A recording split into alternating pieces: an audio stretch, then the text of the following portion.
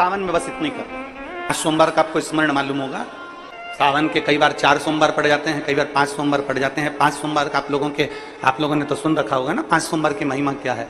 सावन के महीने के 5 सोमवार की महिमा क्या होती है, तो कहा अगर 5 सोमवार सावन के महीने में पड़ जाते हैं तो शिव पंचायत का पूरा पुण्य एक शंकर पर जल चढ़ाने से पूरा फल प्राप्त हो जाता है। शिव पंचायत श्रावण का पहला सोमवार होता है शिव तत्व का, श्रावण का दूसरा सोमवार होता है देवी तत्व का, माँ दुर्गा, माँ भवानी।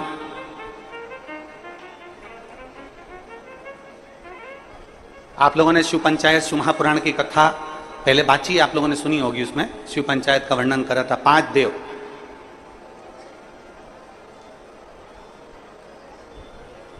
शंकर भगवान स्वयं पंचदेव में प्रथमता प्राप्त कर कर बैठते, मां दुर्गा, भगवान नारायण शिव पंचायत में, भगवान भास्कर देव और स्वयं भगवान शिव के सुंदर आनंद धारण करने वाले श्री गणेश पंच।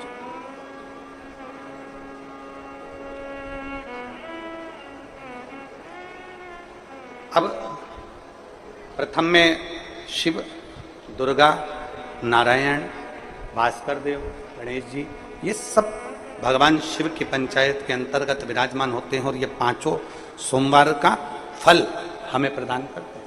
5 सोमवार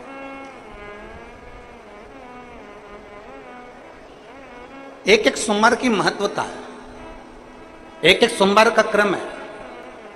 कई माताएं उस क्रम को धारण भी करती हैं, ऐसा नहीं कि कई माताएं नहीं करती हैं, सबका अपना अपना नियम होता है।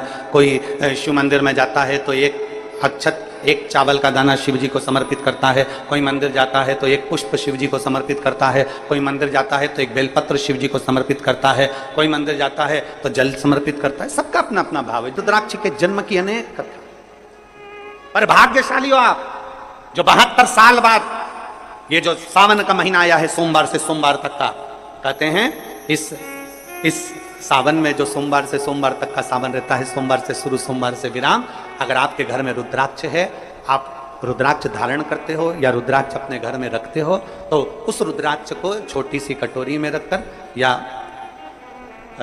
एक पात्र में रखकर 7 बार किसी भी अमावस पर, सावन में जो अमावस्या पड़ती है, ये सोमवार से सोमवार वाली सावन, इसके बाद वाले सावन का वर्णन नहीं कर रहा, हम इस सावन की बात कर रहे हैं।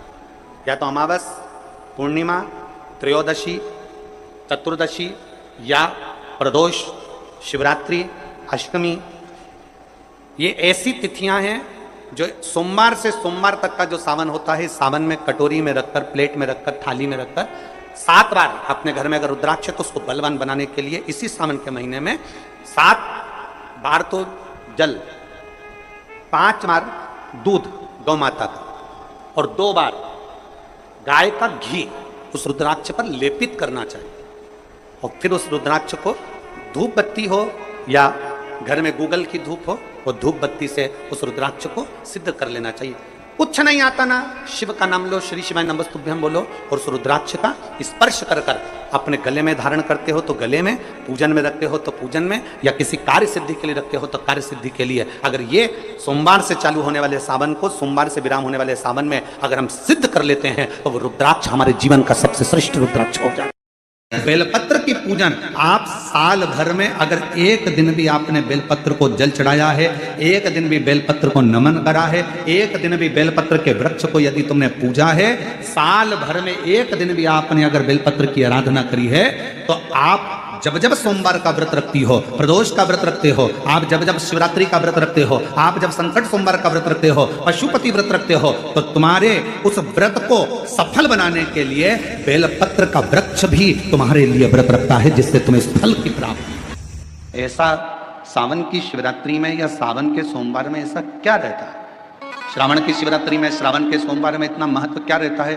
क्या 12 महीने शिवरात्रि पर ऑनलाइन पूजन नहीं कराते? पर सावन के महीने की शिवरात्रि आई कि आप ऑनलाइन पूजन कराते और पूरा विश्व, देश, भारत देश ही नहीं पूरे विश्व में, विदेशों में भी लोग ऑनलाइन पूजन करते। आखिर क्या रहता है?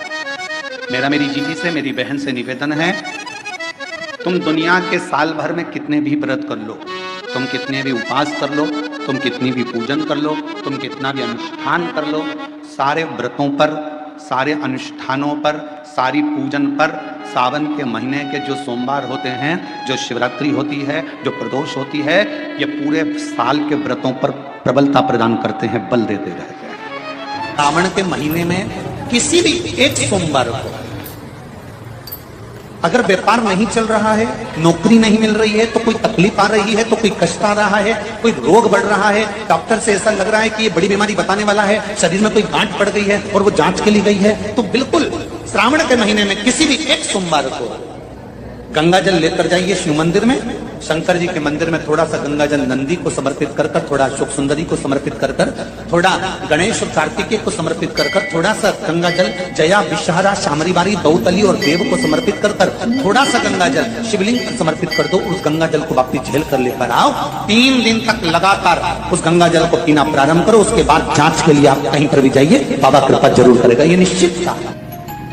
शिव महापुराण की कथा कहती है 5 चीजें शंकर भगवान पर चढ़ती है। दूध अर्थात घर में लक्ष्मी की वृद्धि करता, इसलिए चढ़ाया जाता। दही शंकर भगवान पर इसलिए चढ़ाते हैं क्योंकि यह परिवार को जोड़ता है। जिसके परिवार में क्लेश ज्यादा होता है, जिसके परिवार में आपस में तकरार ज्यादा होता है, उसको दही जोड़ता है। शहद घर में चिड़चिड़ प्रवृत्ति को समाप्त करता है। घी रोग को समाप्त करता है। शक्कर मिष्ठान घर में यदि लक्ष्मी आकर जा रही हो तो मिष्ठान समर्पित किया जाता है, इसलिए पंचामृत स्नान का भाव शिव महापुराण कहती है। इसलिए 5 चीजें शंकर को समर्पित हैं। दूध, दही, घृत, शहद, शक्कर अर्थात मिष्ठान।